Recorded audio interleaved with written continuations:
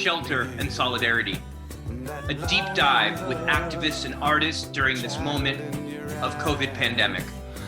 I'm your host, Joe Ramsey, Zooming and live streaming with you here from Dorchester, Massachusetts on the south side of Boston, well into our third month of shelter in place. When we began this project, Shelter and Solidarity, almost 3 months ago, we started by putting two pressing issues in connection with one another. COVID-19, which was then starting to burn across this country and the world, and also the issue of mass incarceration, already a pressing public health and social justice issue. We asked the question, how is COVID-19 affecting those who are locked behind bars, who are not afforded the chance and the privilege to actually socially distance, to protect themselves and others, as we have all been asked to do if we can during this time of pandemic. We started with that issue 3 months ago, and here in our 11th weekly episode of Shelter and Solidarity, we return again to the intersection of COVID-19 and mass incarceration. This time, however, we start and we zoom in by focusing on the voices and the stories of prisoners and their family members who are struggling to get them justice, to get them health, and to get them freedom as this COVID moment continues. I'm so pleased to be joined today by three terrific guests. Nicole James. Nicole is the wife of an incarcerated man. We're also joined by Tydina Brown, who is from Brooklyn, Mrs. Tydina Brown, the wife of Talbert Brown, also being held at Rikers Island. Joining Tydina and Nicole is Mike Nugent. Mike is an organizer with the organization It's Up to Us to End Mass Incarceration. I'd like to welcome you, Tydina, Nicole, and Mike to the show. Thank you for being here today. How you doing? That's right. We can only see you when we hear you. Good to see you, Tydina. How are you doing today, Nicole? Hello, how are you today, Joe? It's great to see you again, Nicole. Thanks for being here. Sir. Mike, how's it going? Going good. Hey, Joe. All right, it's great to see you again. Right. So I'd like to start today by asking you, I think we could start with Tydina and Nicole, and Mike will bring you into the conversation a little bit later. But Nicole and Tydina, I wanted to give you a question that I think to allow you to tell your story a little bit. I mean, could you please, just for those who aren't familiar with your story and your situation, tell us a little bit about yourselves, about the story that's brought you to this point that you're on this show right now. What is the situation you've been facing, and what is the struggle you've been facing right now? And we'll maybe we can go to Tydina first, and then we'll go over to Nicole, and we'll go from there. Thank you, Tydina. Okay, my name is Tydina Brown. I currently live in Brooklyn, New York. My husband's name is Mr. Talbert Brown, who's currently on Rikers Island, AMKC. It's been hard for me because my husband is 54 years old, and he suffered with diabetic, asthmatic, seizure, pressure, and big and stuff problem. It's been affecting me because I have heart problem, I'm asthmatic, and I have seizures. It's been hard because I suffered the loss of my mom this year of April 6th, and I'm fear of losing my husband due to this COVID-19, the situation. It's been hard to me because certain things I can't manage, I can't deal with. Like, for example, sometimes I be missing taking my medication. My husband is there, always there, remind me to take my medication. I had traveling back and forth at the time from Rikers Island was hard to see him there. It hurt my heart. It still hurt me still to this day. I just recently found out he's going to be a grandfather and be a grandmother because one of his daughters having a baby. And it's been hard because none of them is here. None of them is here, so it's been hard. How this came about is because it started all on DeKalb Avenue, 901 DeKalb Avenue, making a long story short. they came into my apartment without no search warrant. They had a search warrant for the building, but not my apartment. And when they raided my apartment, I asked them for the search warrant. The officer of the narcotic team, his name is Mr. John Young, saying that they don't need no search warrant. I said, by law, yes, you do. Yeah, I had it for the building, but not my apartment. The name's supposed to be on the search warrant, supposed to be my name, my husband, and my apartment number, and none of those was on there. It's been hard because, you know, going back and forth to the doctors, running up and back and forth from there, you know, he's still awaiting trial. He went to court on the 16th of this week, and they pushed it to July 6th, where he's going to wait for sentence. And it's real difficult because I have dreams about him. I have, you know, I be smelling his cologne thinking he's here. I wake up and he's not here. And it's hard because when I get upset and aggravated, I know I pray and talk to God, but it's been so hard and difficult. He don't need to be in there with these symptoms. And Cuomo, Blasio, and Trump saying that they was going to release them if they had these symptoms, and they have not did what they have not went back on their word. So it's taking a toll on me because I have heart problems. I refused my surgery for a good minute now, and I recently had another surgery to come up. I refused it. They're supposed to place a chip in my heart because one of my valves is leaked. 3 of my valves is leaking. It's busted. It's not going the right way. It's going backwards instead of forwards. And in order for me to get there, because my husband is on my paperwork, and I told him I refused to get it done. So now I'm wearing the heart monitor that's monitoring my heart, and I pray and talk to God. I just want him to come home. And I don't understand why Cuomo and Blasio didn't go back on their word. So I just don't think it's fair. So to this day, I'm suffering because we don't have nobody in our corner but the grace of God, you know. And I talked to my sister Nicole because, you know, she taught me, we prayed together and stuff like that, you know. But my thing is they need to go back on their word and release them to come home. Stop giving lame excuses and do their job. Tydina, when you say they, earlier you said when they came in, you're referring to the police. Yes, the officers of the 79th precinct at the time I was saying on decal, his name is John Young. He said he worked for the narcotics team, and they raided my apartment. They had the dogs come in. They tore up my apartment. I wish I could show it to y'all because I have it on in my photo gallery, but they raided it. They damaged it bad. My husband's in there for drugs. After they raided it, the Mr. John Young threatened and told my husband if he don't take the weight for it, that I was going to go to jail. That's how he's in there, but he don't need to be in there because the proof is coming up. What's done in the dark always come to the light. None of my information was on there. My husband wasn't on there, so which I come violate my apartment for, and it's not fair. Tydina, I hope you'll feel by the end of the show that we're in your corner at least, and we're going to do anything we can to get your story out there and help some of that light get shed on the issues you're raising. Just so people at home know, how long has your husband been at Rikers Island? He is yet to be sentenced, but he has been in Rikers for how long, awaiting between trial and sentence for how long? He's been on Rikers Island since February 28, 2018. So we're talking That'd be about like 2 years. over like 2 years now. Yeah. Over 2 years, and still not sentenced. No.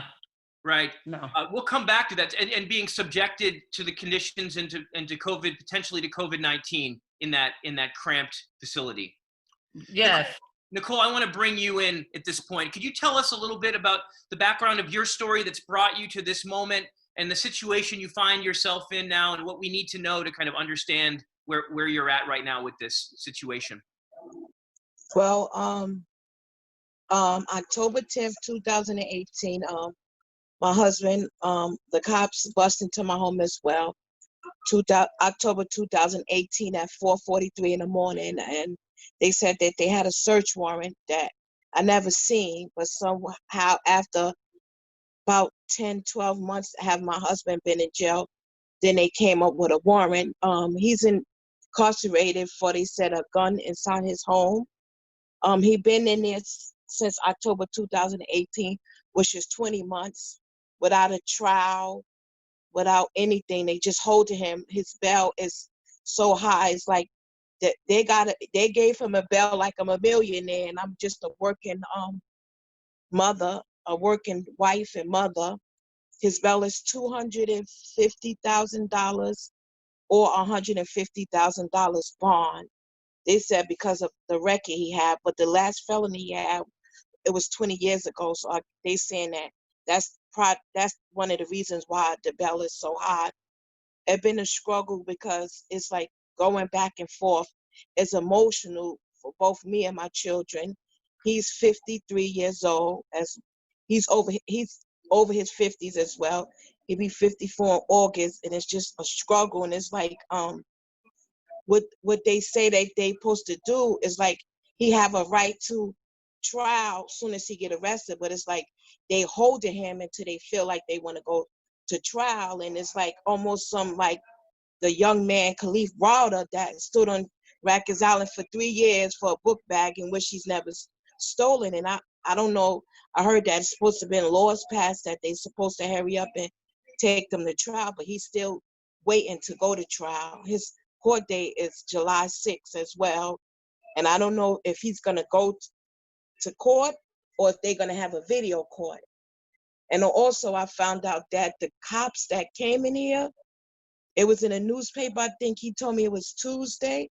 The cops came in here. It's like they under investigation now for doing fraudulent stuff and obtaining fraudulent warrants. It's from the 52nd precinct in the Bronx. So I'm just hopeful and praying God that that'll help him, just to get out of being incarcerated because it's just like mass incarceration for all of these people. It's like, and it's unfair, They want you to pay to be free, but they don't give you a chance. $250,000. I'm not rich. I'm just like any other average American person, just trying to just pay my bills and work and take care of my children. I don't even have the money, and they try to get a bail reduction. The judge denied a bail reduction and all of this. And the lawyer he had before, she never tried to get his bail reduction. So it's like so frustrating. Wow. And how did I get to us? Tydina introduced me to Mike, and I was been talking to Mike. So I'm just trying to get the story out to let other people know that they're not alone, and and let the government and mayor know that this is not fair. That y'all say that y'all gonna make the laws that the bails don't be so high, so people could pay for their family members to get out of jail until they go on trial, but that's not happening. It's like again, I'll say $250,000. Woo, that's a whole lot of money. And if I had that money, I'd be in Jamaica. I wouldn't be here or somewhere on an island. But Yeah. It's just too much. But I just have to hold on and be patient, and like Tydina said, wait on God. But I'm glad that I met some people that I met to talk to, and it feels like I'm not alone now after talking to you and Mike and a lot of people, that is not alone, and that I know a change is gonna come. It have to come. A change have to come because it's not fair. It's not fair for just my husband and all other people, family members is in there for this. Absolutely, you're not alone, Nicole. I mean, as your organization calls it, it's mass incarceration. We got millions of people that are wrapped up in this. I want to make one point clear to all of our viewers and listeners. We did reach out to Mayor de Blasio's office, inviting representatives of the city to come and field your questions and comments from our guest today, and we did not hear back from our requests. So we want to put that on the record. We actually have a screenshot of that message, which they were sent by our production team. A couple numbers, Nicole, you mentioned. I want to make sure nobody forgets these numbers you mentioned. You repeated the number 250,000, the number of the unreasonable bail that they gave you, a working mother, struggling to make ends meet. But two other numbers really shocked me when I first heard your story. One is that your husband has been in jail, in Rikers of all jails, for 20 months without even a trial. Yes. Right? 20 months without a trial, being subjected potentially to conditions, not only the normal harshness of Rikers, but this COVID threat as well. And the other number is also the number 20. It had been 20 years since there had been any felony in your husband's record, and yet they still treated him as if that had been yesterday. Yes. As if no one could change, as if nothing could be different, right? A whole lifetime ago. So just two numbers, I think that number 20 is a number, 20 months and 20 years, something we should all remember as far as numbers go. Tydina, maybe I could turn it back to you, and then we'll come back to you, Nicole. Again, you started speaking about this, Tydina, but perhaps you can expand a little bit, right? I mean, some people like to think, or people grow up thinking, what happens in prison just affects those who are in prison or jail, right? As if the world inside is separated from the world outside. Hearing you talk, it seems like there's a huge, clear connection between things that happen inside and the effect on people outside, specifically you and your family and perhaps other people in your community. I wonder if you, Tydina, and Nicole as well, could talk about what the effects on you, your family, children, others has been of this mass incarceration that's come down on your loved one. Okay, so just like I left one, two things out. Number one, his he don't have, the only family he has is, like I said, Heavenly Father above, and my sister Nicole. We all we family, and I thank God for that. I thank God for you, Joe. I thank God for Mike. I thank God for the powerful God. My husband bail was $50,000. The judge Shannon S. Hutchison denied every motions that he put in, and she kept denying it.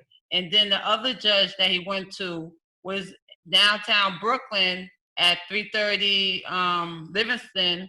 He denied his bail too.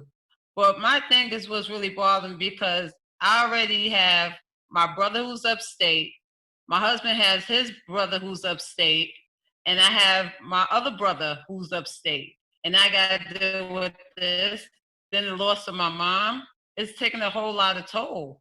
I can't afford, I'm not rich. I can't afford to pay $50,000 bill for something that they keep putting on. That the judge, her name is Shannon S. Hutchison. She kept denying every motion he put in. She kept telling him no and stuff like that. The other judge that did the same thing. But what's affecting is that everybody needs to understand that they are not alone. Just like Nicole said, nobody is alone. We all in this together. We all suffering.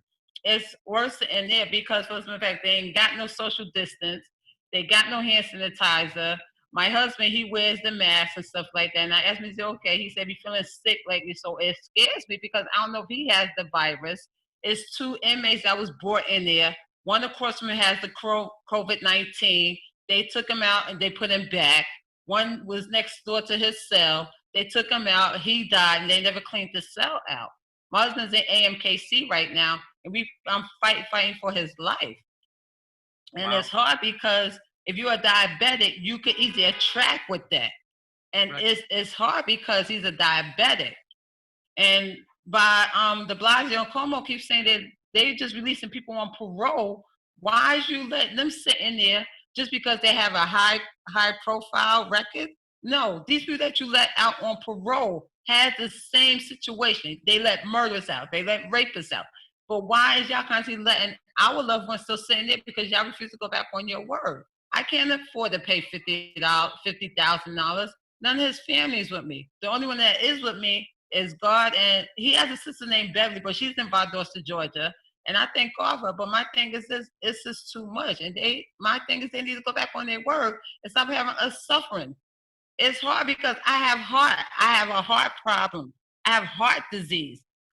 3 valves, there's leaking. The blood is not flowing forward, it's flowing backwards. And the doctor said it's not good. I'm not ready to leave. And I'm not ready to lose my husband because Cuomo and Blasio refusing to go back on their word. All they worry about is what's going on in COVID. Okay, we understand that. What about our loved ones that's on Rikers Island? That's what I said. People that they're not by themselves. We're all together. We all work together. We're all gonna pull together because we got the grace of God. Yes, the judge denied my husband twice, like more than one time. But she let everybody else way before this COVID-19, before this COVID-19, she was letting people go. in the same situation that my husband was in. But you keep denying his bail and his motions and stuff. And then they dropped it down one time to from 50 to 49, $1. Then they brought it back up. Why are you constantly bringing their past? Leave their past alone. Their past ain't got nothing to do with what we're going through right now. Have some sympathy. But she ain't worried about it because it's not none of her family. Carmel and Blas ain't worried because it's not none of their family. We just trying to we just want them to be fair. You let the paroles out, let them out, let them come home. They have a home to come to. I can't afford to pay that bill. I can't. Absolutely. Absolutely. I mean, one thing I hear you, Tydina, you consistently mention the names of the judges and the officers. And I think that's a very important thing I'm hearing when I listen to you. We hear a lot nowadays, we're supposed to remember the names of those who have been hurt, those who have been killed by police, but we don't hear as often the names of the judges, the names of I mean, we hear the names of some officers, but I think it's very important you continue to name the people that are partly responsible for the situation that you and your husband is in. It seems very powerful that that seems intentional on your part. You want to say their names. Yes, and I have no problem. The judge, her name is Shannon S. Hutchison. That's the judge that dealt with my husband's case and kept denying his motions. And there was another TAP judge, I forgot his name, but we ain't gonna go through that. So that's the judge. She's a Black woman. She's the judge, whatever. And the officer that came into my apartment, name is John Young. He worked for the 79th precinct for the narcotics team. And I am not ashamed. I'm not embarrassed to say it. Yes, I would like to say their names. Yeah, thank you. And thank you for having that courage to do that. Nicole, I would like to ask you the same question about what would you say, in terms of how what's happening to your husband has affected your family? I know that you have little ones as well. I don't know if they're ready to, if they're around they can perhaps speak for themselves as well. But what is that connection between what's happening inside and how it's affecting you and others on the outside? Well, I could tell you it's affecting my two small children is affecting them really bad. I have my daughter who's 10 years old who have to take medicine in order to sleep at night because she can't sleep without her dad. She used to her dad laying next to her until she fall asleep. And then once she fall asleep, she'll go to sleep. And then I have my grandson he's a spectrum of autism that he acts up, I say, Chance, why are you acting up like this? He said, I'm acting like this until they let Papa come. He called my husband Papa. I'm not going to be a good boy, Nani, till Papa come home. And my husband say, well, Loops, he called him Loops. He said, you have to be good because you got to be the man in the house. He said, I am, Papa, but I just want you to come home. And he just busts out and cries when we got to leave the floor. When we had the chance to go up there to visit, when we had to leave the floor, he would cry. He would show out, and he'd just act up and don't want to leave. The guards would have to tell him, baby, little man, it's time for you to go. He'd start the yelling and the screaming and the crying. It's like a piercing sound, and it's like nothing I can do. And then I have a teenage son that's not his biological child, but it's like his stepfather.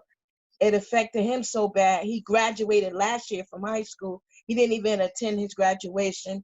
So I didn't want to go to my graduation, Mommy, because Mr. Phil is not here.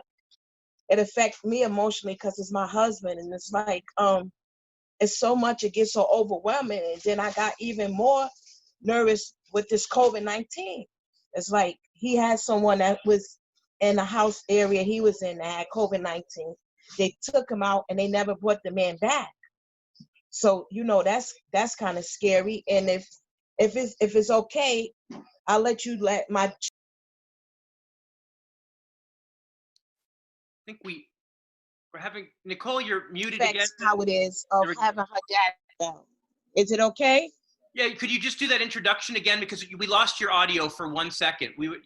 Happy. Yeah. Could you just repeat yourself? We lost you for 2 seconds. I said I would like to introduce my daughter, Heaven Sent Card, and she can tell you the effect that it has of not having her dad around. We'd be honored to have her. Okay, here she go. Here's Heaven Sent. Say hi, Heaven Sent. Hi. Hey there. Everybody. Hi. Nice to see you. Nice to see you too. Go ahead, talk. How I feel. It's like another piece of my heart just chipped off without my father with like next to me with me. One thing I can't do is live without my parents. Something I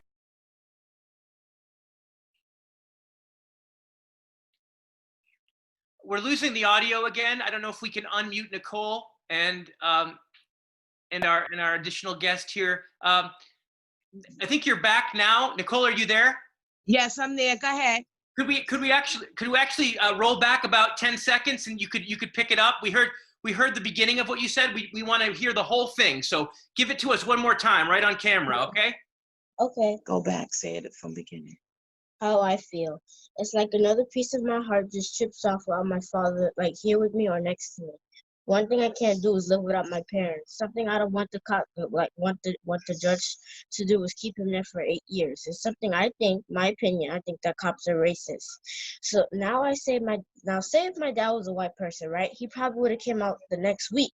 But unfortunately he's black, so of course he spends a long time in jail. I'm just lucky they didn't kill him. Envy. The person who told him my father was just because my dad had a wife and kids. But to me, it makes no sense because my dad has a wife and kids, and all I really want for my graduation is my father, and all I want for my birthday present is my father, and all I ask for is for my dad, nothing else but that. So tell him how it makes you feel, Daddy. It makes me feel like every day I feel depressed and I feel sad inside because my dad's not here, and I can't sleep because my dad's not here. Like Mom said, my dad always used to sleep with me to lay down with me till I fall asleep, but now my dad's not here. It's a hard time for me to fall asleep because I have so much on my mind. My mom passed when I was 8. My father went in jail when I was 9, and all I want for my birthday present is my dad. I want nothing else but that, and that's all I ask for. And all I take is medicine just to go to sleep because my dad's not here. All I want is my dad to be here. That's all I ask for. That's all I wish. I pray every night he comes home, but it just. Thank you for sharing those words with us. We feel your words in our heart right now. You know, I think anybody listening and watching this right now wants to do anything they can to help bring your dad home. One thing we're going to talk about in a bit is what we can do. I think if we could get 1 million people to listen to your voice, we could bring a lot of dads home. That's what I think. You're very eloquent, very well spoken, and thank you for being not only brave to be on the show, but to be so clear and so moving with your words. That's not an easy thing to do. Thank you. You got my respect. Thank you. All right, we'll do anything we can for you. Yes, you want to talk? Okay. Bam, is you have somebody else there who wants to speak? Yeah, Chance. No pressure, but I mean, it's your show too. Chance. You want to come and tell about how it's affected you that Papa not here? Come.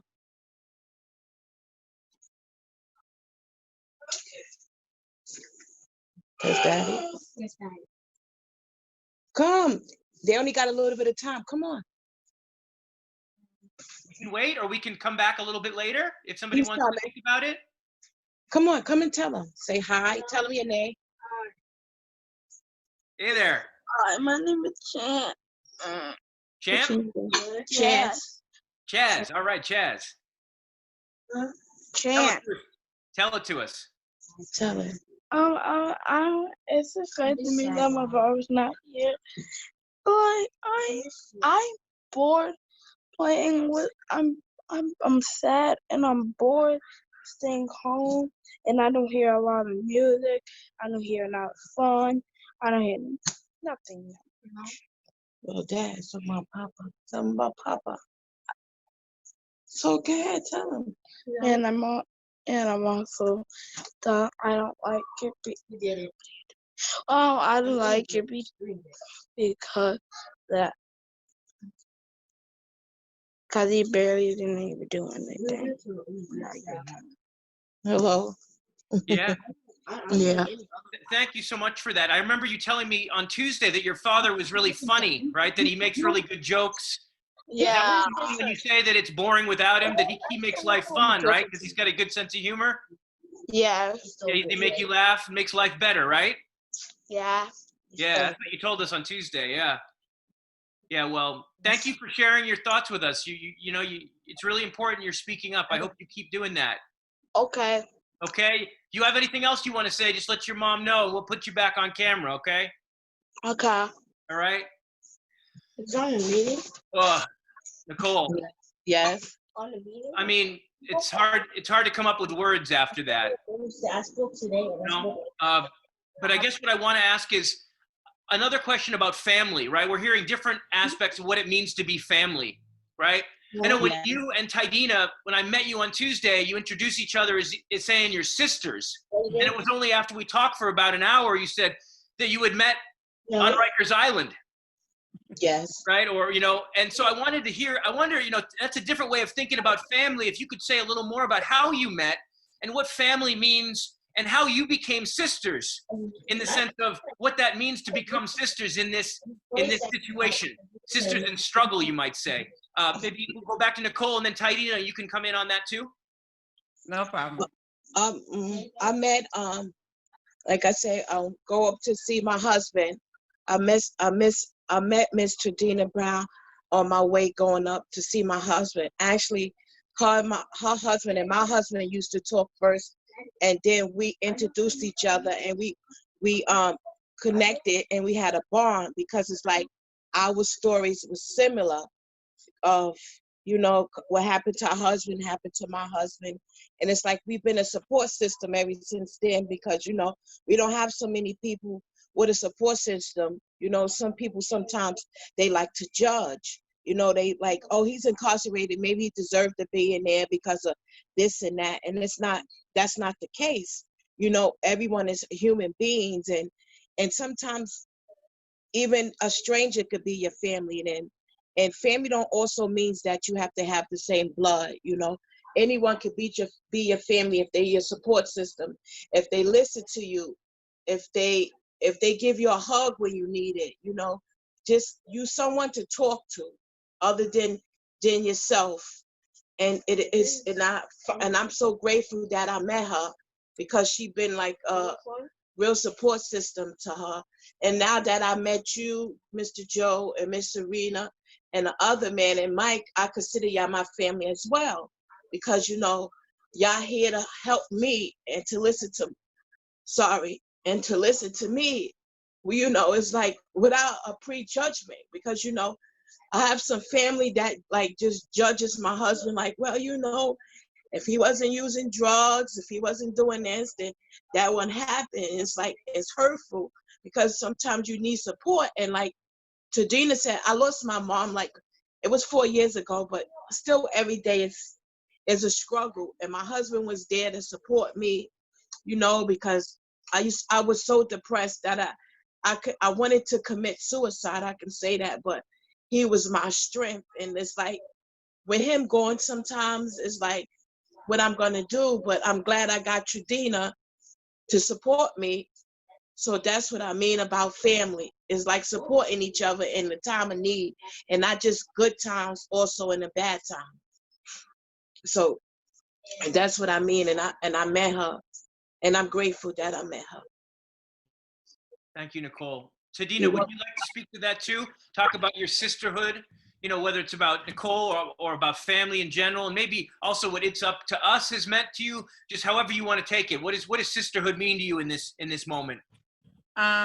Just like I said, by the grace of God, God is good. I met Nicole, when I was going the same way going to Rikers Island. Her husband, my husband, they became friends in the same housing area. The day when I bumped into her, I was tearing, I was crying, and God sent her to me, and she was, that's how we started talking, and she was, everything okay? I was like, I'm going to miss him, and she's always there, she always helped me out. She looking out for me, what I'm saying? She's there, and that's a blessing to me. As I met her, I also met the babies, and I say that my nieces and nephews. But God sent an angel to me, and that's Nicole. And I am so grateful because the day I was in there, I came out crying, and she came up to me. She was, everything's going to be all right. And if it was, any of my other family, they would have thought, they still thinking negative of my husband. But that's why I said she's my sister, because God sent the angel to me. And I am so gratefully blessed to have her in my life. It's hard to, it's like this. It's like, when God sends somebody to you, is for a reason. And whenever I'm upset, hurting, crying, laughing, I can call on her. She don't judge me or nothing, you know what I'm saying? She don't judge my husband. We laugh, we talk about and everything. She give me good advice.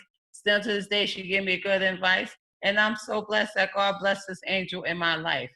That's why I said she's my sister, She looked out for me. She helped me out, we pray and stuff like that. And like I said, she's more than a sister to me than my own sisters. And the reason why I say like that is because his sister, none of them don't want nothing to do with him. And that's why I said that's why I said Nicole and the two babies there and her husband, they're my family, and my husband's family, because we love them, and it's a blessing to have her in my life. I got somebody I can cry to, talk to, and she listens to me. I can't do that to my other sisters and brothers because they won't listen. But Nicole, she listens, and I'm grateful for her. I'm blessed. I also like to thank God for the Heavenly Father above, for you, Joe, and also for Mike, that is up to us, putting this together, because maybe it can help somebody else out to understand how they said blood's thicker than water, but I consider Nicole as my flesh and blood. Not as, I'm saying she is my flesh and blood. Her family accept me, and I accept her, It's just been a blessing, So, it's a blessing to have her, and I love her and I appreciate her. And I just want to thank God for her. She's a strong woman, and I'm learning, from her. Yeah, well, I mean, you're obviously both incredibly strong, and stronger because you found each other and other people, and you're not alone. I mean, if people on this earth had half the heart that you have, Tydina, would be, place would be a better place. You know what I mean? I want to ask you, speaking of family and this idea that people can become family by supporting each other, whatever their, backgrounds are, whatever. What do you think, how can people right now who are listening, who are watching this program, who are thinking, sitting at home, what can I do? How can they become kin to you? How can they help? Like, how can they help? What is it that, and this is for both of you, and maybe we could also bring Mike in too, as an organizer with It's Up to Us. What can people do right now? What are you calling for, both individually on your cases and maybe as an organization? What are the things that people can do either right now or in the days ahead? Things that you think people could do, small things, big things, to help the cause that you are both so involved in. What kind of walls need to be broken down to get the justice that you all deserve here? What can people do right now to help? Well, go ahead, Nicole. Well, I think that they can help by, listening to us, supporting us. The mayor and the government can listen, and these judges and these district attorneys need to be accountable for what they're allowing for happening to our loved ones in jail. That they say one thing and they do another. 20 months in jail and not without a trial. That's just violation of his rights. And it's like they just violate their rights, and no one seems to even care. I would like for someone to speak besides all of us here now, up to us. I would like for someone else to speak and talk about how the unfairness, how they marching for the Black Lives Matter, also march for the injustice that these young black men and these black men in general just have, and the Hispanic men, and some of them that just have the injustice of these people just doing it, and they allowing them to do it, and it's like no one just cares. It's just like, okay, there's just someone that's in jail, it doesn't matter, but they lives matter too. Everyone's lives matter. They in there with COVID-19. They don't have hand sanitizers. They don't have soap. They don't have anything. They have a mask that they use, that they give to them. But they're not giving them a different mask every day. They probably let them use it probably for like 2 or 3 weeks, and then they probably change it when it says you can't use that mask for like 10 times, or you could get sick. And it's like they don't care. We need for somebody to help us, to be our voice. Besides y'all, we need like a voice in the media.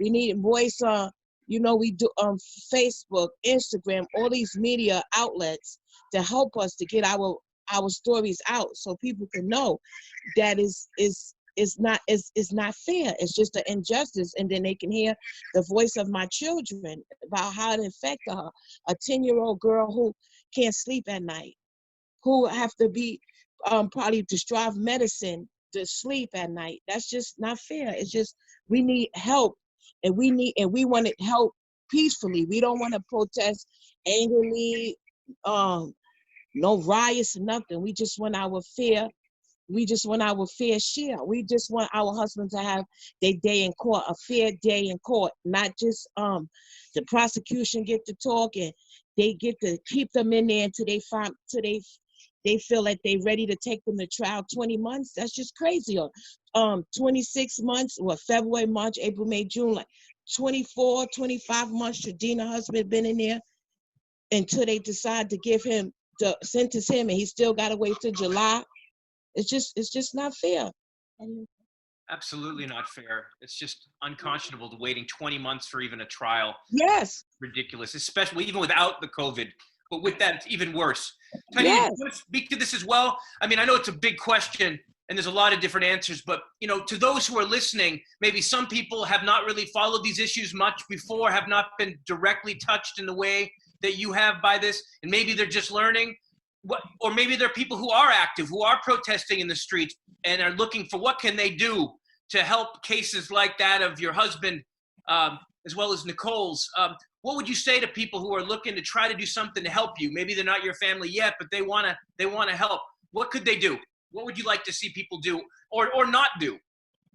I would like to see people, understand what we're going through.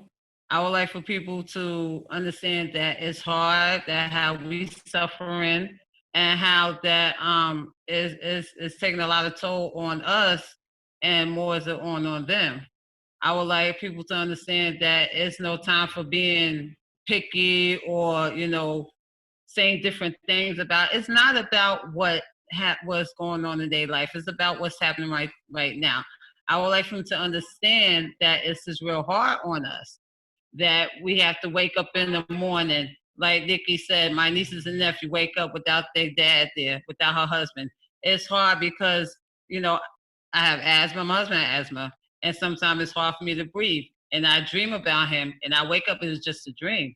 I would like them to understand that this is something that's no joke, and that we are literally suffering. And if anything could be dealt with, could be helped for, just help us, be as one, I also would like for everybody that's also doing with the same situation that we are to share their voices, like Nicole said, share your voices, spread your voice, and maybe something could come together, not to be nasty, angry, like she said, and I agree with her, but to not make fun of it, not to sit up there and judge. We don't want no judging, because they don't know our story. We don't know their story, but we tell them our story, and hopefully it'll pop into them like, okay, maybe we can do something. Like the mayor, the Como, you know what I'm saying? They don't want to do nothing. So maybe some strings would be attached to them to let them know, listen, this is what it is. You let the paroles out, let them out. That's what they said. I think it'd be positive for them to hear our voices, like we spreading the voices right now, and for them to jump on. We can accept all the help we can. Yeah. I pray to God. Again, I'm a missionary. I'm sorry I forgot to mention that. And I pray to God and talk to God and everything, because I know God has to say so. But my thing is, I don't want nobody to judge us because they're not in there. I want them to understand our story and to understand what we're going through and how we're feeling about it, and not to judge. What I'm hearing is like three things that you're saying. You both have said in different ways. One is you want people to stop judging and start listening. Yes, And then the yes. second thing is that you're saying you're asking for people to raise their voices too, both people who are listening to you to tell the story and pass it on, but also Yeah. people who have been hit by this situation, hit by this oppression, to speak up themselves about their story, because there are millions of people, right, who have gone through some version of this in this country. That's why they call it mass incarceration, right? So my question for you, Tydina, I know it looks like Right. Nicole has something else going on there for the moment, but so I don't want to interrupt if it's pressing. But I would like to ask you, and then maybe we will also bring in organizer Mike in a minute. And that is, the question is, what do you think holds people back? And a lot of people obviously are in the streets over the last 3 weeks now. People are speaking up, not only with their voices, with their bodies, with signs, in all kinds of ways. People are speaking up. But what you point out is that you wish more people would speak up and tell their stories. What do you think holds people back from telling those stories? And what allowed you, when did you decide to start speaking publicly? I mean, I think many people may feel that that's a very courageous thing to do. Not everyone does it. So what was it that allowed you, or that pushed you to feel like you needed to not only talk about this in private, but to talk about it publicly, to put it in writing, to put it on video, to be on the show right now? How did you get to that point? And what would you say to other people out there who feel that they are being victimized by this system, police, prison, of course, it's all connected. What would you say to them right now, or what's your message to them to maybe inspire in them the courage that you are showing us right now? Nicole, you want to speak to that first? Yes. I think sometimes people, it's like they're ashamed, and it's like they feel like they'll be prejudged if they have some person that's incarcerated. Like, some people don't understand, like, oh, maybe what they did was they deserve to be in jail, and know what they expect for somebody to help. Once a criminal, always a criminal. They had to do something to be in there. And if somebody that's talk, I want them to know that we are here to help you. We're here to be your support system. Do not be ashamed of what happened with one of your with somebody that happened to them, because it's not their fault. Sometimes some people's in the wrong place at the wrong time. As they can see, it's like the cops, and I'm not bad mouthing all cops, but they can see just like people, civilians, cops have bad intentions too. They have bad ways too. They're not above the law, but just as that they get away with the crimes they commit. They're not accountable for the crimes they commit. But like, if our loved ones, they want them to be accountable, but the cops is not accountable. So they should not be ashamed. They should not be afraid to speak out about the injustice that the cops are doing. Why so? We have a voice. We have freedom of speech. That's one of the amendments. We have right to free speech. As long as we're not inciting riots and doing everything, we have a right to free speech. So we should use our voices to speak, and to speak positively, not negatively, against a mayor, judge, or whatever. We just want these judges to understand what are y'all doing, and what y'all allowing these people to do is unfair. To have mass incarceration is just ridiculous, and it's only happened to the brown, Black, Spanish people, and it's just not fair. We are all individuals that need help. That we are all individuals. I'm just sick of a race of white, Black, this, that. We all are one human race. That's all that matters. God forbid, if I get sick, Joe, you probably can help me out, or Mike probably can help me out by giving me some blood or something that can help me. It's just, I'm tired of it. All of us deserve fair and fair things. All of the Black men, all of us, they deserve the fairness. Not if you are a Caucasian man, and if you committed the same crime, you get parole, or if you got a high-priced lawyer, he could get you out of jail. Just like my baby said, if he had a lawyer, if he was white, and it makes me sad to hear her say that, because I'm teaching her now that we all are human race. But it's so sad that that's what that they feel like. Oh, if my dad was a certain color, he would have been out. And like I said, I don't want no my husband not to be accountable for a crime that he did commit, but he didn't commit a crime. He didn't not commit a crime. The gun which they came in here and said was his wasn't his. And if I be truthful, you know, he wasn't right. He was outside doing drugs. He was doing what he wasn't supposed to do. But sheesh, you want to have him sitting in jail for all of that time? They offer him 8 years for a gun that's in his house. That's just impossible. Then you say his bail's so high that he can't even get out. So I just want people to know, we are with you. You have people like Mike, who's the organizer if it's up to us. He's a very supportive person. And you, Joe, it's like I didn't see you in person, but just talking to you, I could feel that it's no judgment. You honestly want to help. You know, some people just want to get a story out, but I know y'all just want to help. Y'all not out to get clout. Like, oh, you see, I got a story. Oh, maybe I could sell it to the news to get money. Y'all actually wants to help. And that makes me so happy that it's like people that want to help me. You know, you don't know me like that. You just know my name. You don't know me, but you're willing to help me. And I appreciate that. And I want these people to know too. It's people out here like you and Mike that wants to help. And then Mr. Serene, who's doing the broadcast, who wants to help us. It's no judgment. You know, y'all want to help. Y'all want to want justice for all of us, not just for one race or for one human being, for all human beings, because we all are one. And I just want to thank y'all again for allowing me to voice my opinion about what things is going on. And they should know what's going on inside the jails. These beds is close to each other. It's not no social distance in there. And these men could get sick. And it's like, okay, y'all got them in there for a crime that y'all said, and y'all said that they innocent until proven guilty. It's like they're guilty until proven innocent. Should they come out in a body bag from COVID-19? Or y'all worrying about people in the street?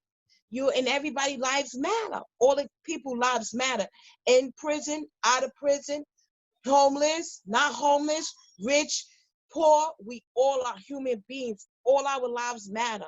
If something happened to each, if somebody is going to affect the same person, it's going to affect the mother if something happened to their child. It's going to affect the father. It's going to affect the wife, a girlfriend, or somebody. If something happened. And I just get so nervous sometimes with the COVID-19. When he cough, I be like, babe, why are you coughing? No, babe, my throat. I was like, I got something in my throat. I'm so nervous. It's like when I go to sleep at night, I just pray to God that he wakes up the next morning to call me, that I ask him, and I don't wake up till like 7 o'clock for work. I ask him to call me so I could get the relief, like, yes, he's okay. But with this COVID-19, you never know. And it's like, oh, let's keep them in jail because, you know, they black, they brown, they this, you know, they said they did it. The cops said they did it. And the cops is not always honest. So, but again, I just want people to know, if I can, I support you any way that I can. That's what I like to say. And thank you for letting my voice be heard. Thank you so much. Thank you for sharing your voice, Nicole. I mean, I get chills just listening to you. What you say is so powerful. And I think it really speaks to the power of people raising their voices, because one person can really inspire another person to do the same thing. And I think, my heart goes out to you, and I'm just so thankful you're on this broadcast. And I hope that we can make a difference on some of these cases. As one thing I think you pointed out on Tuesday is that each of the cases, both your husband's cases, there are abnormalities with the warrants. There's questions about the way that they, think the way not only the delay, but various problems. Would you agree that if you had the money to hire that $250,000 attorney, probably your husbands wouldn't be in jail at all? Yep, no, Right? they wouldn't be. They wouldn't be at all. If you had all the best, legal right that money could buy, you wouldn't even be facing this problem, right? Nah. So I would see a lot of rich people in prison. Yeah. Yeah. And I mean, what you also point out is that even whatever the sentence would be, right? Some of these, for these small, relatively short sentences, right now we have your husbands are being put in a position where they might have to pay with their very life for these minor crimes. Yep. Meanwhile, turn on the news a couple weeks ago, you see men, mainly white men, right, parading around the Michigan State Hall with their, M16s. right? Yeah. Talk about gun possession. So there's clearly some huge double standards, as you're pointing out, right? When it comes to what counts as justice in this country. And I mean, I think a lot of people are waking up to that, as we see in the streets.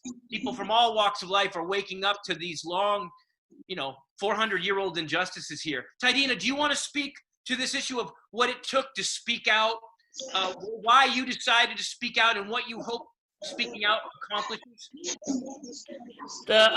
What gave me the initiative to speak out because I'm just tired. Like I said, my brother who's incarcerated upstate, two of my brothers and my cousin, and now my husband. It gave me the thing to speak on because I'm tired. I'm tired. I don't want to. It's hard to hear a family member being incarcerated when there's like a couple of them up there already, and it's even worse that is down here. It gave me the ability to speak out on because I'm just tired of hearing about prison, jails, and family. What gave me the power to speak out because to be honest, I'm just tired. I'm tired. It's just that they just have to come home. You understand what I'm saying? Yeah. And it gave me the urge to speak out is because as long as they've been sitting in there, you know what I'm saying, they suffering. And when they suffer, we suffering. And it's really hard because, like I said, it's hard because having families, my family upstate in jail, having my husband on Rikers Island, it's too much. But I know who holds the key. I know God holds the key. And my thing is, if nobody never experienced, if anybody understand what need our help, we are there for them. But just don't come and bring judgment to my husband never did this, my husband never did that, and stuff like that. We don't want that type of remorse on us. Yeah. Speaking out through my situation. I was nervous. I was scared. I didn't know how I was going to do it, how I was going to get up there. But I prayed and talked to God about it. And, like they say, speak what you got to say. The reason what gave me really more opportunity to speak because my husband is my backbone. Whenever something was wrong, he's there. My paperwork, all my doctor's notes, my paperwork, he's on all my paperwork. And what had me to go through speaking about my situation is for them to understand that whether you have a condition or you don't have a condition, it's right to speak on how you feel. And was it putting you through, your loved ones through, and not to judge what people's going through in there. Mm-hmm. It's just hurtful because I'm just tired of hearing any family members don't need to be in there. No, not upstate, not on Rikers Island.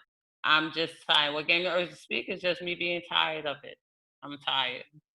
Absolutely. I mean, there's plenty to be tired about. And that's why maybe it's so important that you find other people to help sustain and help you with that backbone when they've ripped the backbone away from you, right? An attack on, one person clearly connects and becomes an attack on another. And we want to do whatever we can to support you, not only today, but going forward too. And we'll share any statements you have, videos you have. We'll do anything we can to make as many people hear the truth that you are speaking right now. I think people need to hear it. Question. Hi, guys. Can you hear me? Yeah, but could we actually, could you make a little note in the chat box? We'll bring you in a moment. We're going to go to our next speaker, and then we'll have some question and answer. Is that good? Okay. Mike, I'd like to bring in our third speaker, and we will come back to Tydina and Nicole. We also are joined on the Zoom here with Chris Conyers, who has some personal experience to relate as well. Mike Nugent, organizer with It's Up to Us to End Mass Incarceration. Mike, we've heard a lot here, and I think what we've already heard and what really speaks to the goals of your organization, as I understand it, which is really to foreground and build leadership among those who are most affected by this mass incarceration system. Mike, I mean, thank you for your work. Thank you for being here. And could you say a little bit about how you got involved or what the mission of It's Up to Us is, and some of your analysis of why this mission is so important, and maybe why it's a little different than some of the other activism that's being done out there. There's so much activism going on right now. That's probably a good thing for the most part, but you have a specific focus with this organization. Could you tell us a little bit more about It's Up to Us and your approach to things, Mike? Yeah, I mean, to be blunt, I mean, I'm very moved just by hearing Nicole and Tydina speak today, and I'm always moved when they speak. And I think my analysis is that it's more important when people like Nicole and Tydina and Chris, who's about to speak, speak, than to hear my analysis. It's kind of like, I feel like, we need to build a movement of mass resistance to mass incarceration that's spearheaded by the people most affected, by the prisoners, by the family members, by the ex-prisoners. I mean, that's tens of millions of people. There are 2.3 million people locked up today in U.S. Jails and prisons, and basically, like, there are millions and millions more like Tydina and Nicole that are affected by their loved ones being in prison. And kind of, I think this, Nicole and Tydina talked about the necessity for peaceful protest, but people rioted and rebelled because they didn't have a voice, because they were not being heard. And the system is responsible for that. And basically, it creates an opportunity for us organizing around mass incarceration to get to get voices heard. It creates an opportunity that, people are paying attention to this now, and we can get Talbert's story out there, and we can get Philip's story out there, and we can basically like build around the, like, sort of what's, the anger around police brutality, and kind of, and get these, basically fight, and win some victories around mass incarceration and ending mass incarceration. But really, it has to be a movement that's, that involves, lawyers and students and activists and so forth. But it's really the families, the prisoners and the ex-prisoners that need to be at the forefront, front and center of this movement. And basically, like, I think you heard today, like, how powerful it is when those who are affected speak about what they're going through. I think you see that Nicole and Tydina are leaders, and kind of like that's what we need. We want to organize the families and the prisoners to become leaders of this movement and smash mass incarceration and get rid of it once and for all. Thank you, Mike. I totally agree that the voices we've heard from Tydina and Nicole are incredibly moving and know this system in a way that nobody can know it from just books alone, right? And from reading all the activist, pamphlets in the world. Mike, I want to come back to you for some more of your political analysis in a bit, nonetheless. But I think right now it would be good if we could bring in Chris. We're actually privileged to have with us Chris Conyers, who wrote to me in the chat box to say, or to all of us to say, that he's actually one of the people that Mike has worked with in the past and that's been involved in some of this organizing. Chris, welcome to Shelter in Solidarity. Thank you. Chris, thank you for being here.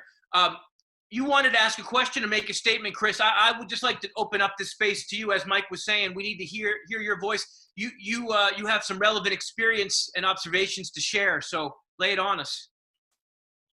Well, my deepest and most sincere emotions go out to the two sisters that, were just speaking, Tydina and Nicole. I didn't get to hear the entire, voice of what it was that you were saying, but I understand, I was one of the individuals who was incarcerated for 16, 17 months before actually going to trial for a crime that, the district attorney knew that I didn't commit, because the victim himself said that, I didn't commit the crime. The victim originally made a statement saying that, I was involved in it or I was there where the crime was committed. But he later on recanted his statement. He went to the court system. He actually took the paperwork himself. He got it notarized and everything. He spoke to the district attorney and everything. but she didn't listen, you know. So I sat in prison for 16 months. I committed some atrocities in my past, but I'm a firm believer and I'm a firm advocate that people can change. I'm no longer the individual that I once was. I made some mistakes like we probably have all done, you know, when we were younger. You know, we experiment, we do things that we know we shouldn't. However, I am not a criminal, and I am not characterized by my crimes that I've committed in my past. You know, I too deserve forgiveness. I too deserve a second chance. I too am and can be a productive member of society. The system has been twisted for a long time. It's not, you know, this is not anything new, unfortunately. What insight I would give is basically that I heard Nicole say that, you know, she doesn't really want to protest, but believe it or not, this civil unrest that everybody's going through right now with, you know, the race riots and stuff like that, this is what has brought attention to majority of the atrocities that have been committed by, you know, America. Mass incarceration is just one of them. The war on drugs is another one. You know, we can go on and on and on and on and on.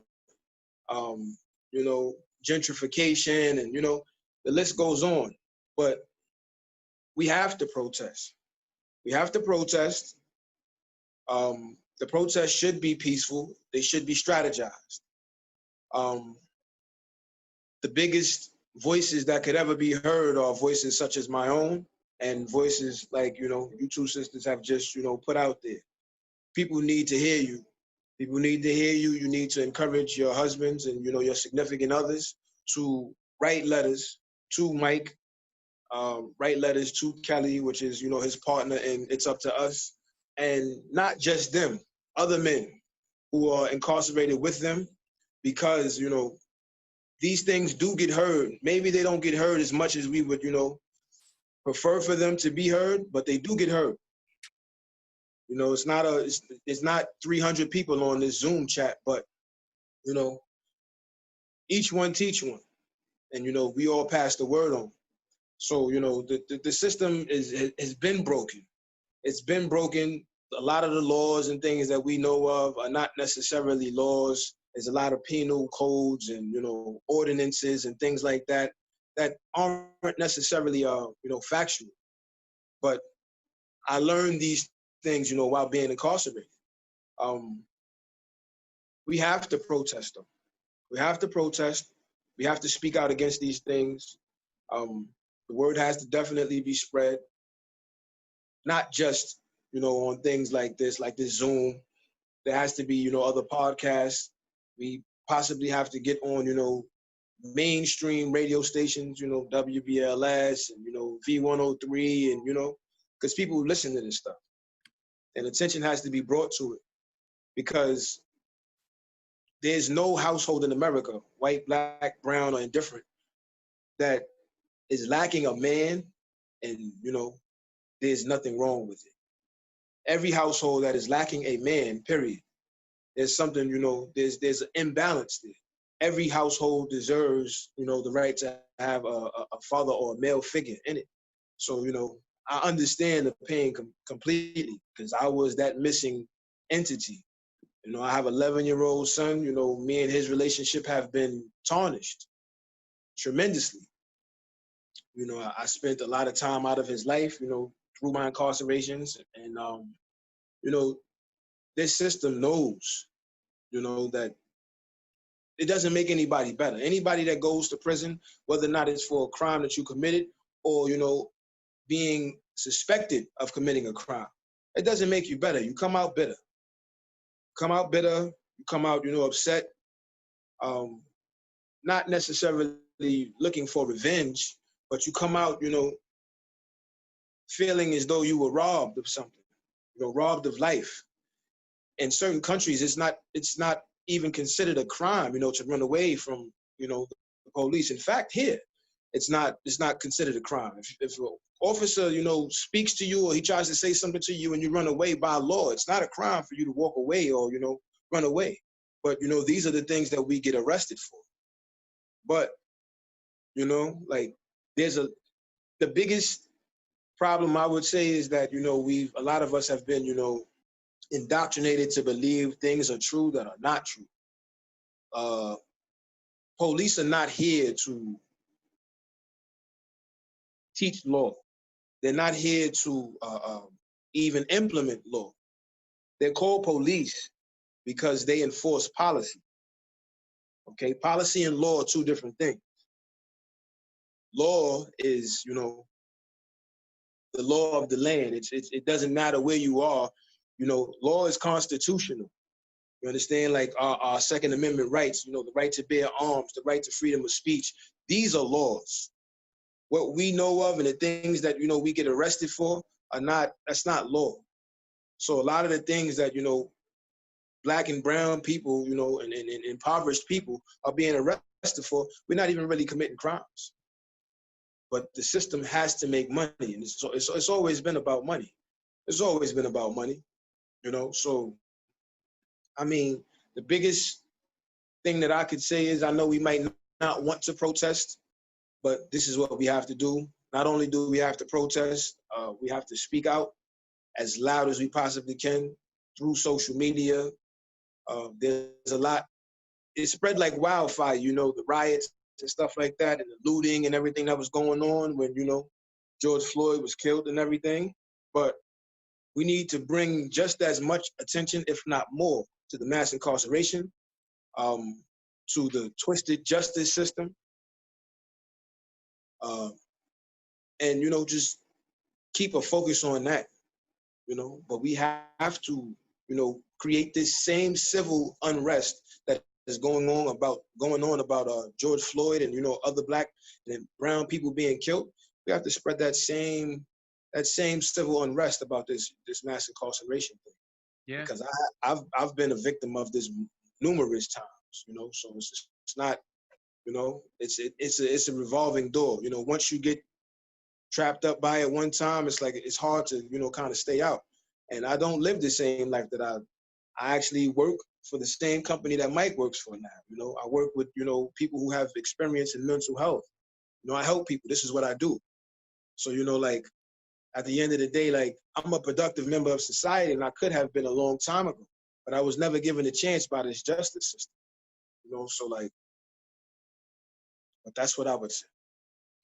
Yeah, thank you for that, Chris. I mean, so many powerful points in what you just said. I mean, I think one thing that really resonated with me was this insistence that people can change, even if people have made mistakes, right? And one of the really inhuman things about the system we deal with in this country, and not only in this country, but is this insistence that if people have been convicted, forget even whether they did it or not, right? Convicted of a crime, or even just accused or arrested for a crime, that they lack humanity, that not only are they presumed to be guilty, like Nicole said, but if they are presumed or convicted to be guilty, then that's the end of them, as if you could just flush their humanity down the toilet, right? And that's just so profoundly wrong, because as you point out, if there's one thing that's true of all human beings, you know, they're capable of change. And then maybe if there's one other thing true of all human beings is nobody is without fault. Nobody has, I mean, I'm sure everyone who's driven a car has violated the speed limit at some point. In fact, if you drive and you don't violate the speed limit, you might get pulled over for going too slow. But some people violate the speed limit and then have to pay a price in years, and other people can get away with it. So this whole idea in America and in this so-called justice system, right, that like some people are innocent and some people are completely innocent and some people are completely guilty, it seems to be one of the big barriers, right? Would you agree with that? One of the big barriers in people's minds that holds back change is this idea that you can just divide people up into the good and the bad, right? The people that deserve to have rights and the people that don't. That's kind of how they've conquered us. You know, the main tool in order to be able to conquer something is you have to divide it. Once it's divided, you know, that's it. You kind of lost the battle. I like to say that the only thing that human beings are perfect at is being imperfect. There's no such thing as a perfect person. If you show me a perfect person, I'll show you an angel. You know? Yeah. So yeah, they don't exist. You know, perfect people don't exist. Chris, Nicole, things that you said sparked Nicole to want to rejoin the conversation. I don't know if it was on the issue of the question of protest and strategy, or if Nicole had something else she wanted to jump into. Nicole, you want to jump back in? Yeah, I was just to say to Chris, I never said that we shouldn't protest, but I said when we protest, we should do it peacefully, so it won't seem that we are angry and that they won't listen to us, because if we seem that we're angry while we protesting, like they won't listen to us. Never not do I want us not to protest, because we should, so our voice could be heard. But while protesting, I just want us to do it peacefully and not angrily, because when you scream, you never get heard, because the other person that you're screaming and the other person is screaming and no one is getting heard. So that's the only thing that I wanted to say. Thank you, Nicole. And I think, Chris, do you want to speak back to that? Or do you? I may have, misinterpreted what she said. I don't, it's even been said as far as, like when the president spoke and, things of that nature, different people spoke. I love you, babe. They said that, there's a difference between the protesters, the looters, and, another group of people. We don't want to loot. No, I'm not saying that. When I say create the civil unrest, when we march out in the streets by the thousands, you kind of stop traffic. You understand what I'm saying? It just, you stop traffic for numerous different reasons. People want to know what's going on. You prevent cars and stuff like that. Not necessarily to cause any damage or anything like that, but you just bring attention. When they see groups of thousands of people marching, it creates this civil unrest that people want to know what is going on, what happened, what happened? That's the question that people ask. So that's what I mean by, we have to protest. Not that we go break anything or we go, rob any stores. Under no circumstances, these are crimes, you understand? People get harmed in the process of it, so that's not what I'm saying. What I'm saying is that, and maybe I misinterpreted what you said, Nicole, and, I apologize if I did. However, we have to march in the streets by the thousands and, hold up the Brooklyn Bridge. We have to hold up the, the Manhattan Bridge. We have to, we gotta stop, we gotta stop traffic and make people say, yo, what happened? What happened? What's going on? Yeah, that's right. And you don't have to apologize, Chris. I know it was probably a misinterpretation, but I just don't want us to do like the looters did, go out and destroy people's property, because the people that have properties don't have, they don't have anything to do with, what's going on. Some people may say, oh, it's the Caucasian, but like I was telling Mike and Joe, we all are a human race. Some people don't look at it like that, but that's the way I want to look at life, and that's the way I want my kids to look at life.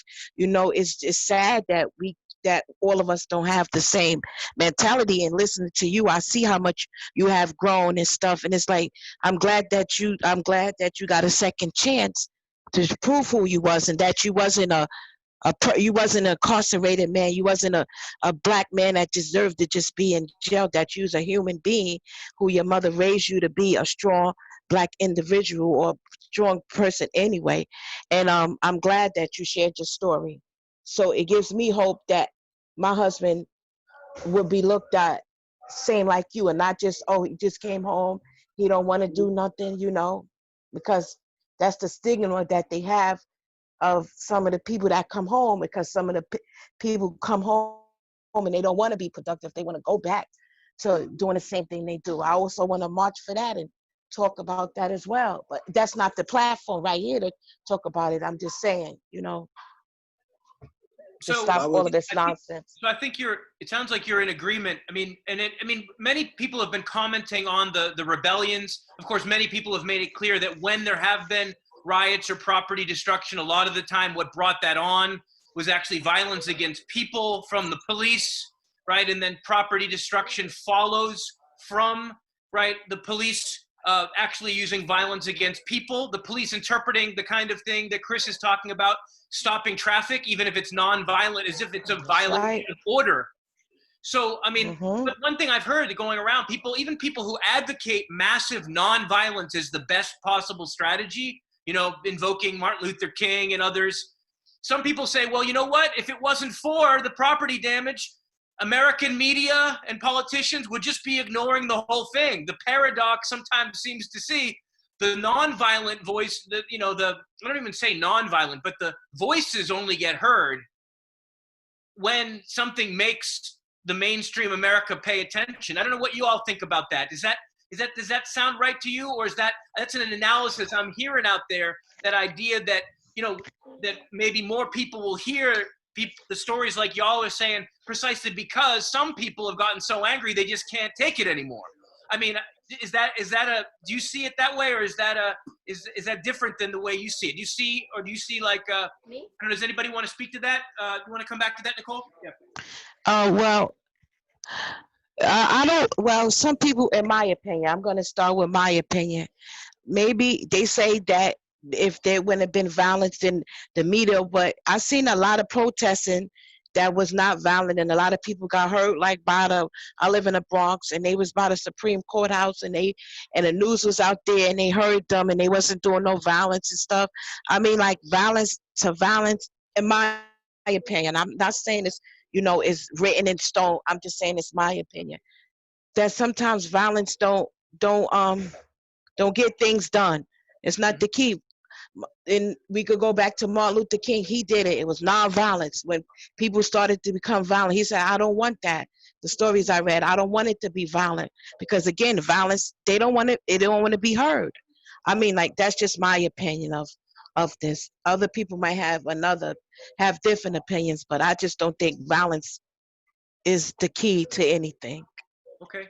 And I mean, this is obviously a big question many people are talking about, but maybe we could broaden it out a little bit, not just the question of so-called violence versus nonviolence, but the question of strategy. That's a word that Chris used a moment ago, right? That there needs to be resistance and rebellion and protest, and it needs to be strategic.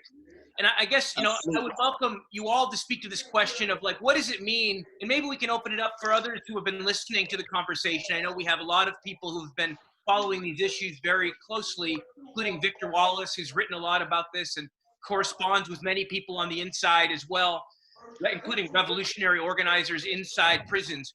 What does it look like? What's the strategy that can win here? What are the changes? I mean, a lot of people right now are putting out the demand, defund the police, abolish the police, or dismantle. What do you think is the strategy forward? How can this cause, win? I mean, that's a big question, but I'm sure you all have thoughts of that, and we're always thinking about that. Not only what's the right and what's wrong, but how can we actually change it? Mike, would you like to speak to that, or a little bit? I know as an organizer, I'm sure you have some thoughts about that, but I'd love to hear everyone's thoughts about what is the strategy right now, both in terms of demands people are making, but also maybe those strategies and methods of organizing that can actually get us the change that people have been wanting for generations. Yes, yeah, definitely. I think strategically, like I was saying before, it's going to take a movement of mass resistance, somewhat along the lines of what Chris was talking about.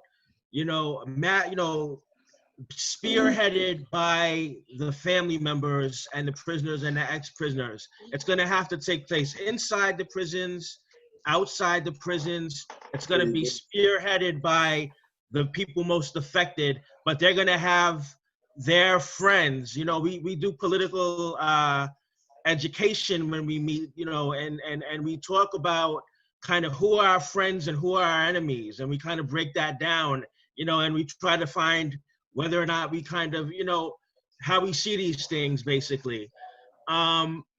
It's, we think that we started out by going to the buses, where families are going to see their loved ones and talking to them about the way their loved ones are treated, the way that they're treated. What we've done is like launch campaigns to start around individual particular injustices. Christian, basically was being railroaded for something he didn't do, and it was obvious. And we had people call the prosecutor's office and basically demand that he be released. He had a good lawyer that you know, that cared about him, which a lot of people often don't have. And, you know, he won his trial. Basically, we've launched campaigns around individual, you know, particular instances of injustice. And, you know, we've had people, you know, call, you know, prosecutors, call the judge. You know, there was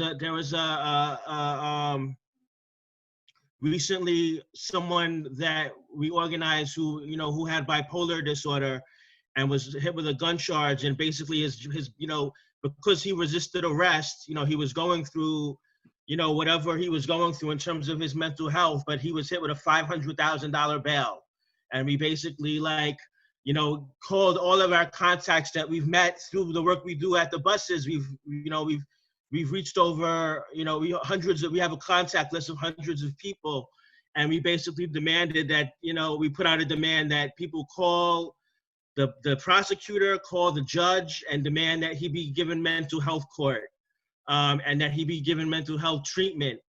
So basically, like, we feel like by organizing the families around these particular injustices that they're going through, that we can then build up organization, build up collective power to then launch larger struggles against the treatment of visitors when they go to see their loved ones, you know, invasive searches and things of this nature, campaigns against solitary confinement, ending solitary confinement, until eventually we built up so much power, so big of a movement that, you know, we can end mass incarceration once and for all. And we really think that's possible because of the tens of millions of people that are affected. Again, it's not just the prisoners, it's people like Nicole and Tydina who are who basically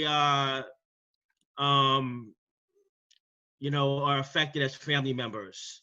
Yeah. So so that, you know, that is kind of how we look at what we're trying to do. And we, you know, encourage, you know, other people who may be listening on Facebook, watching this on Facebook, if they have a story or if they have a loved one that's incarcerated, get in contact with us, tell us your story, and let's find out how we can work together. Like, you know, Nicole and Tydina have been saying, we're here to support, we're here to build a movement to end mass incarceration. And that's kind of how we look at what we're doing strategically and tactically. Yeah, that's powerful, Mike. I mean, I think the storytelling is a way to break down the artificial divisions between people, right? And expose the system. I mean, it seems like one of the things about a system of so-called criminal justice, mass incarceration, it's designed to make people feel alone, right? It takes like social issues like, you know, like poverty, right? Or like lack of access to good jobs. And then instead of dealing with it as a collective issue, a social, political, economic issue, it turns it into an individual issue. Oh, you sold a bag of weed, so you're a criminal. Individual, and then try to make people feel ashamed of that. So I think the work you're doing to break down those walls between people and allow people to see how they're so connected already is really powerful. I mean, as you pointed out earlier, it's literally when you count the former prisoners, and you might even count the people who the system's looking to put in prison who aren't in prison yet, and you count the family members, you are talking about tens, not just millions, but tens of millions of directly affected people. It's not just some marginal small group, right? We're talking about a huge part of the American working class, right? And the population that is directly affected. And imagine if all those people were speaking up as bravely and clearly as Tydina and Nicole are right now, and Chris, right? I mean, it could shake the foundations of this whole society, and maybe that's what needs to happen. I would love to, as our show always promises, to bring in a question and answer from other people who are listening in. I know we have a couple people on the line right now, including Victor Wallace and Bruce Simon from New York, Victor from Boston, who pay close attention to these issues. I'd love to take your comment or question, and then after we hear those comments and questions, we'll go back to Tydina and to Nicole and maybe Mike for some closing words to wrap up this episode. Victor, would you like to speak first? You know, Victor Wallace, for people who don't know, has written extensively and edited and worked on these issues for years, and actually is actively corresponding with dozens of people who are currently in prison, including people who are organizing politically inside, including Kevin Rashid Johnson, who was on our very first episode of Shelter in Solidarity, calling in from inside prison. We couldn't get him today, though we tried, because the repression has gone up lately because of all the organizing that's going on. We do hope to get Kevin Rashid back to a future episode, but we don't have Kevin, but we do have Victor Wallace. So Victor, lay it on us. Thank you, Joe. I appreciate your invitation, and I want to express my appreciation also of all the comments that have been made so far, the stories that are very moving and that represent the pain that so many people have suffered as a result of this. One of my efforts has always been to put this whole issue in the context of other issues, because I think we need to build a movement that can, let's say, transform power at the national level. And one of the most useful observations I've heard in relation to the current conflicts in that connection was made by the economist Richard Wolff, who has an excellent program called Economic Update. He had a program about looting, and he said, who are the real looters? And he said, well, the people who stripped 40 million people of their livelihoods by taking away their jobs, and then the members of Congress who gave billions of dollars to the corporations and peanuts to the victims of the economic slump, and had no sense of responsibility, no sense that they were in any way doing anything out of the ordinary. So this gets into the whole question of what is the law, who makes the law, what is the total structure of the society. Apart from that kind of general observation, I would also say that many of the prisoners that I've corresponded with are extremely interested in putting their plight in this larger context and in organizing, having study groups to understand the need for a movement that takes on all these issues. Because ultimately, in order for everybody, let's say the vast majority, the working class in the society, to act together, there has to be a sense of the common interest and breaking down the divisions between us. So it's beyond my capacity to say quickly how this can be done. It's a long running discussion, but I guess the point that one can make is that we have to involve a wide range of people in the process. Yep. I was thinking of this especially when you were speaking of the excessive bail. You know, there's a big movement now to get rid of the whole institution of money bail, which is a clear-cut discrimination against poor people. And one of the most encouraging developments was the election of the district attorney in San Francisco, Chesa Boudin, who has already freed a quarter of the people who are in the San Francisco jails, and who has a policy of eliminating cash bail. So it is possible. It's in a way is even the whole idea of excessive bail is in violation of the Bill of Rights of the Constitution, but that seems somehow to have been forgotten. So one other thing I would quickly mention in this context, a very useful publication for communication among prisoners and their outside supporters is a monthly newspaper called the San Francisco Bayview. I don't know if you are familiar with it, but it has an online presence, sfbayview.com, but it also, very importantly, has a print edition, because that's the only way it can reach the prisoners inside. And so it's a very important vehicle of communication, which is actually soon going to have an editorial transition. And one of hopefully its new editor will be a man I've been in correspondence with for some years, who's getting out after 13 years in prison, and who's a real prison leader, intellectual. He's written a lot already. His name is Keith Malik Washington. You may have heard of him. So he is, as well as Kevin Rashid Johnson, are among the leaders of this whole process. But there's an enormous motivation among those prisoners that I've had the privilege of getting to know to educate themselves. And of course, in some ways, they have the raw material for education that many of our other students lack, because they're exposed directly to the repressive structure, which is the essence of a society that's built on an incredible level of inequality. And so I think the more people relate to that whole issue, the more we can bring together a wide stretch of the population and constitute a political force that can ultimately change things. I'll pass for now. Thank you for that, Victor. So many great points. I know Kevin Rashid Johnson writes to say that we need to turn, the movement needs to turn the razor wire slave plantations of prisons into schools of liberation, right? As one of his calls, the powerful prisoner voices. And I think that's the San Francisco Bay View. Seren put a link to it in the chat box. We'll put it up on our Facebook page as well. We need to support these existing publications and build upon them. We don't need to reinvent the wheel. We can learn from what people have already done. Going after excessive bail seems so important and really does speak to Tydina and Nicole's stories too, right? The system that slaps bails on people that have no chance of affording under this system. And I think the point you make about looting is very important too, Victor. Maybe we should make a rule. You can talk about looting and the small shop owner, the people on media, they can be allowed to talk about the property damage if they first talk about the $1 trillion that was just stolen from the American people and handed over to big business and Wall Street and financial capitalism, right? 500 billion that then the banks can turn into trillions of dollars of loans, right?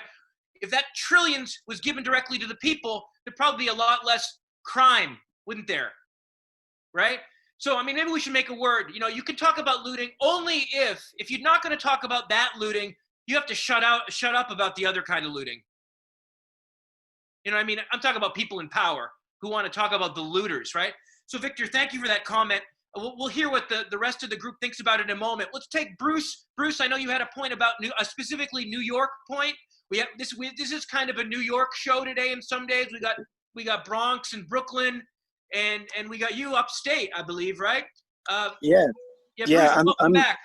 Thank you. I'm out in Western New York, and about 20 years ago, I edited an issue of Workplace, a journal for academic labor, called The Prison Issue. And the issues have not changed that much in 20 years. In many ways, they've gotten worse.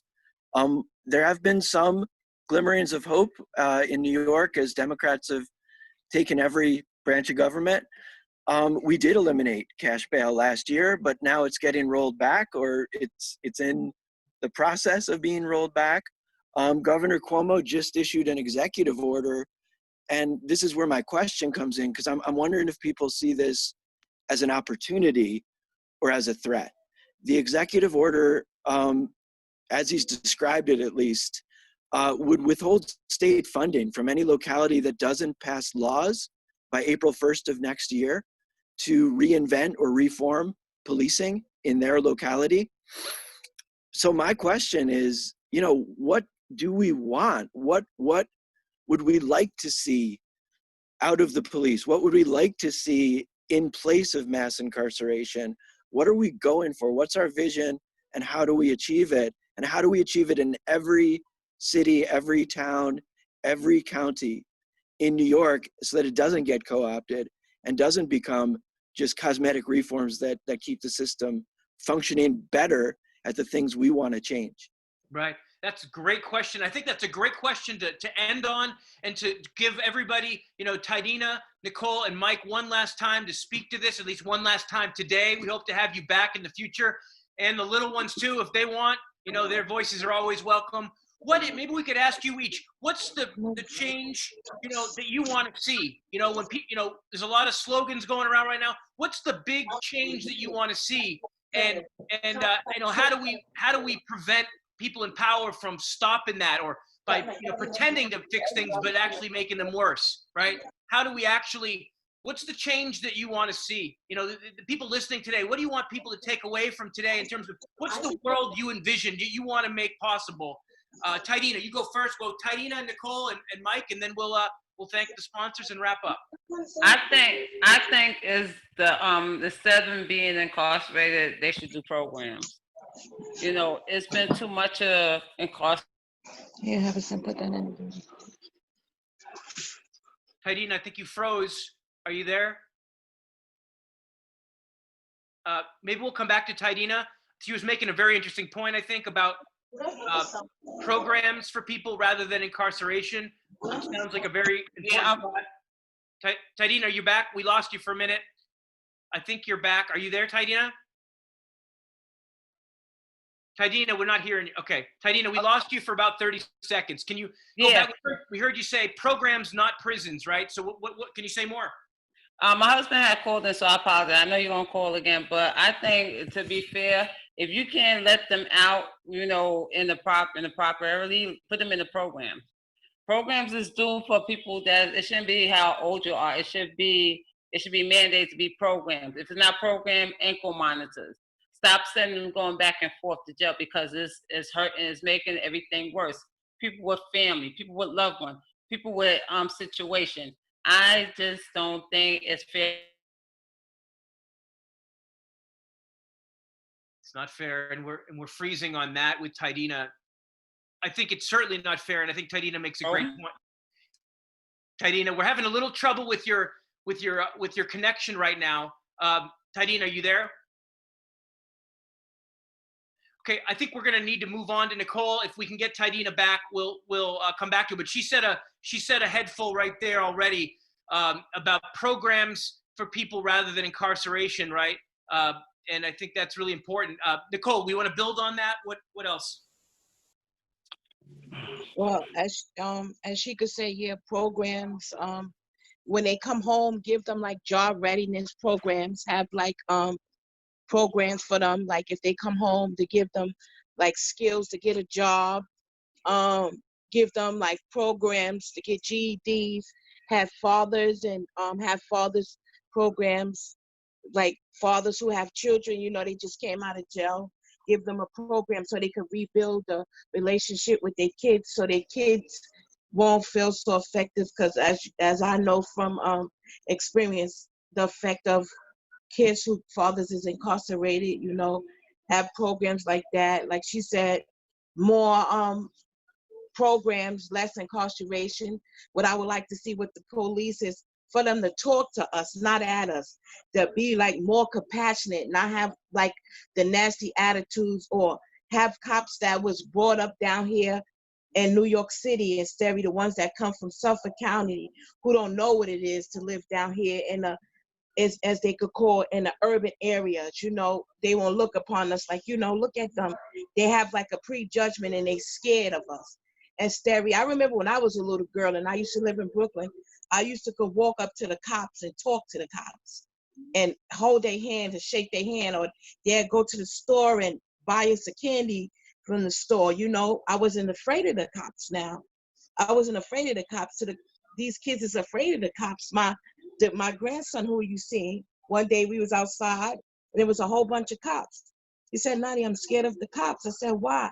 He said, "Because, Nani, they say that the cops like to kill black people, black boys. I don't know if I get big, they'd kill me," and that shocked me and that made pain. I said, "No chance." He said, "But remember the man that he had talking about George Floyd, how his hand, he had his knee on his head and he was crying for his mommy and all that." So I just want them to be more considerate of us, and stop thinking that all of us is bad. We all, again, I'm gonna say it again, we are all human beings.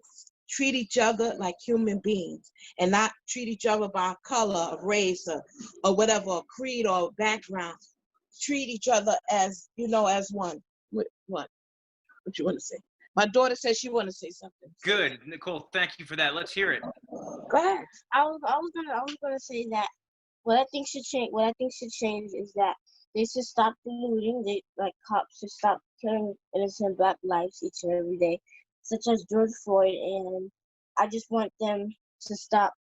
I just want the world to be back to like how it is back in 2018, 2019. I don't want this corona. I want to be able to go outside. I want to be able to have my dad home. I want them to stop looting. Honestly, I hate seeing poor innocent black lives dying every single day. And I just wonder if I'm gonna be next when I get older. I really don't want that to happen. Well, there you go. There we go, indeed. From a child. That's right.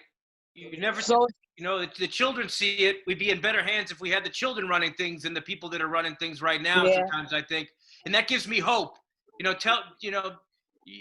gave me hope. Can you put her back on camera? You give us all hope. We're glad you're going to be running the world someday. All right, we got to take this world back. Thank you all so much here today. I think we'll go maybe give Mike a final word here, but I don't know, how much we can top it more than that. That's what it's about, right? Building a world that's fit for the people that are growing up, going to inherit this world. Mike, you want a final word? Yeah. I just want to say, when we formulate demands as it's up to us, social investigation, we see as a big part of it. Like we see going to the buses, doing interviews with the families, asking questions, and then formulating demands around what we're hearing from what they're telling us the needs are, how they see change and all of these things. So kind of, we don't necessarily like repeat the slogans of the social movements in that sense. We kind of, we want to see where the people most affected are coming from, and there's a certain basis of unity through which we're organized, and basically people can look at our points of unity. There are 4 of them on our Facebook page. What I'm about to say, I want to, basically say is my opinion, and not necessarily the views of, it's not the basis of unity of it's up to us. But basically, I feel like to